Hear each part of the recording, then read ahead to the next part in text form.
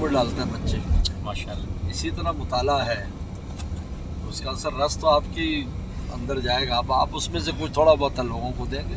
سارا مطالعہ کیا ہوا تو بندہ بیان ہی نہیں کر سکتا اتنا ٹائم میں، لیکن خود کے اس میں اضافہ ہوگا، خود میں علمی اور روحانی دونوں طور پر ترقی ہوتی ہے. مطالعہ بہت عجیب چیز ہے، اس لیے اس کو دماغ میں رکھنا چاہیے. مواعظ کا، سوانح کا اور کوئی علمی، تین چیزوں کا ہمیشہ متعلق ہے. بزرگوں کے سوانح پڑھتا رہے، ادھر ادھر تاریخ پڑھتا رہے، اس سے بڑے عبرت کے نمونے اور بزرگوں کے حالات. اور دوسرا ہے کہ مواعظ کی کتابیں، جی ہمارے حضرت کی، حضرت تھانوی کی. تیسرا جو وہ علمی کتابیں ہوتی ہیں، قرآن ہے، حدیث ہے، تفسیر ہے، اس میں کچھ. اور اس میں بالترتیب ضروری نہیں ہے. مطالعے کے جو مطالعہ نہ کرنے کی جو وجہ ہے وہ یہ ہے کہ ہم لوگ بالاستیعاب کتاب پڑھ نہیں پاتے. جی چھوٹا موٹا رسالہ تو 20-25 صفحے کا پڑھ لیتے ہیں، لیکن لمبی کتاب نہیں پڑھ پاتے جو 100 صفحات سے زیادہ ہو. اللہ ہے کہ وہ اس طرح انداز میں لکھی گئی ہو جیسے ہم لکھ دیتے ہیں کہ چھوڑے نا، وہ الگ بات ہے. اس کا طریقہ ہے کہیں سے پڑھ لے، 15-20 منٹ میں کہیں سے پڑھ لے. تو میں نے عربی کی بعض کتاب جو 1000 صفحے کی ہیں کہیں سے پڑھ کے پوری پڑھ دی. عجیب ہے، تو پڑھ دی، 2-4 صفحے پڑھ دیے، پھر وہ کہیں اور سے پڑھ دیے. اب تھوڑی سی رہ گئی، پھر ایک دم پڑھ دی. اور بے شمار اس میں سے اللہ اکبر سمندر ہے ہر کتاب میں پڑھا ہوا. تو یہ اس کا جو نہیں، اس کی وجہ سے پھر آپ کا کبھی ناغہ نہیں ہوگا.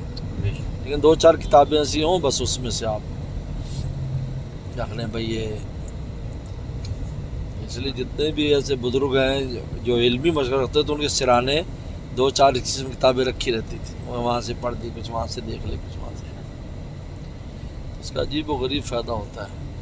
اب یہ رسالے جو آتے ہیں، حالانکہ یہ تو میں چند رسالے ایسے ہیں جو بغیر پڑھے میرے وہ ٹیبل سے نہیں ہٹتے. وہ بندی اس کو نہیں چھیڑنا بھائی.